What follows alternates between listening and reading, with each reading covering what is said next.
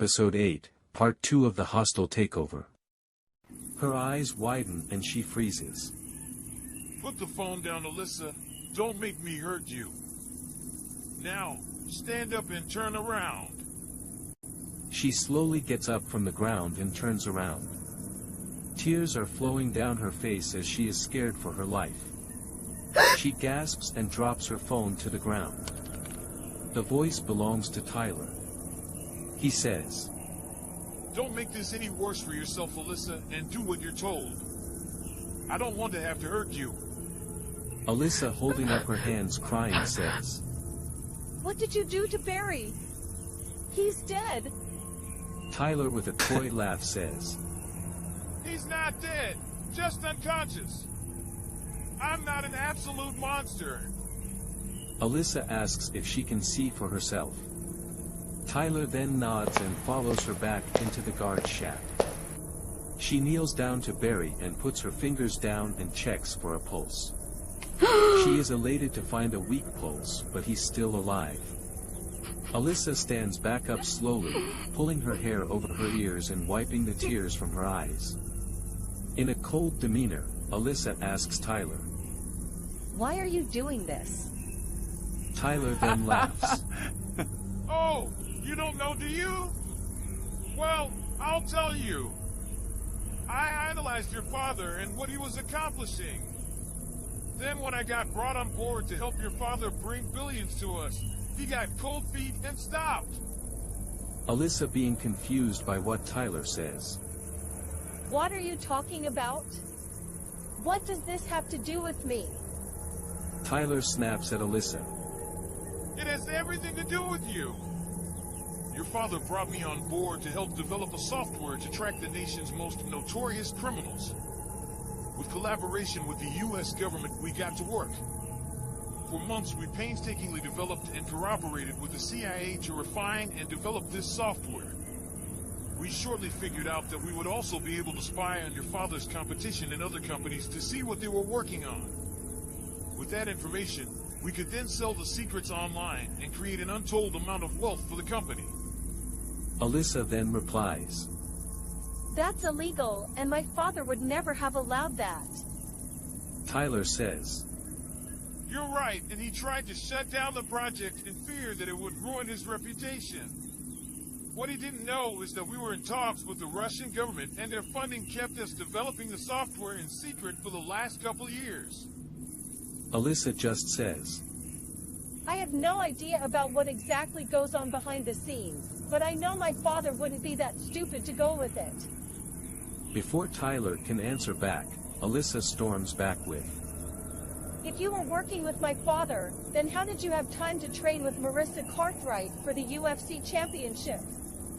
Tyler smugly says, "Oh, honey, my guys that your father brought into work for Monroe? They are the real heroes of what we were trying to create. I have many passions outside of Monroe LLC. This is just one of them." She then realizes the only person that could have gotten close to her was through her father. That's how she got his number and who began talks to begin training. She had been taken advantage of and she felt used. Alyssa now is gathering her composure and goes from being scared for her life to being filled with anger by this whole situation and says, "I need to help Barry. He needs medical attention." Tyler points a gun in Alyssa's face and shouts, "Do not dare give me orders or demands, Alyssa. If you want Barry to live, you will do as I say." Alyssa stares down the barrel of the 9mm pistol in fright as the anger begins to become overwhelmed again by terror. She submissively says, "I'll do whatever you say, just let me help my friend." Tyler puts away the gun behind his back. He says calmly, "Pick up your phone and dial 911. I have bandages to stop the bleeding until the paramedics arrive. As soon as you complete the call, I will dispose of it, and you come with me." Alyssa reluctantly agrees and nods her head. After she dials 911 Hello, and talks I need with an the ambulance right operator away. about where she is and My what friend happened was to shot. Barry, she gives Tyler her phone and he throws it on the ground in front of her and it smashes into pieces. Alyssa flinches as it busts on the ground. She asks Tyler to apply the bandages to Barry and he hands her some alcohol for his wound. Barry regains consciousness as Alyssa tends to his wounds. Tears flow from her eyes in joy seeing that Barry woke up. Barry shallowly says, "I'm sorry, Miss Monroe. He came up from behind me so fast." Alyssa with an overjoyed smile softly sobs in front of Barry shaking her head. She tells Barry, "It's okay, I'm just glad you're alive. When I saw you on the floor earlier, I thought you were dead." Barry chuckles in pain. It'll take a lot more than that to have me bow out. Alyssa helps Barry sit up against the desk in the guard shack. Barry winces in pain as he takes Alyssa's hand and tells her, "Be strong and not give up hope. We'll figure out what they want and stop them." Barry and Alyssa hold hands with tears in both their eyes. Tyler comes around the corner and tells Alyssa, "Let's get a move on. They will be on their way any minute now." Tyler yells back. Alyssa gets up and says, "You'll be okay, Barry. The paramedics will be on their way. You'll be safe." Tyler walks up to Alyssa and extends his hand behind the back of her head and shoves her out of the guard shack. Barry in anger shouts, "You leave your hands off that woman." Barry even struggles to stand up while doing so. Tyler pulls back out his 9mm and happily points it at Barry, and he chuckles. Barry with a determined demeanor says, "Go ahead, brother. I have no qualms about going down, but you leave this young woman alone." Tyler fires back with, "I'll do as I so much please with whoever I want. No exceptions. Now, shut your mouth and worry about yourself, brother." Alyssa watches the interaction from the window of the guard shack. She quickly looks around. There is no one around for blocks and she knows she wouldn't be able to help Barry if she runs away. So she puts her hands over her head in horror about what's happened in only the last 15 minutes. Tyler walks out of the shack and puts back his gun behind him. He says, "Let's go, Alyssa. Let's see how Daddy responds knowing that you're now in my personal care." Just as Tyler is about to grab Alyssa by her arm, she states, "You know Barry is gonna just tell the paramedics what happened and the police will track you down." Tyler stops for a moment, and thinks about what she told him. Tyler looks at Alyssa and with an evil look he tells her, "You got a point, Ms. Monroe. You're a clever girl and my plan could have been ruined.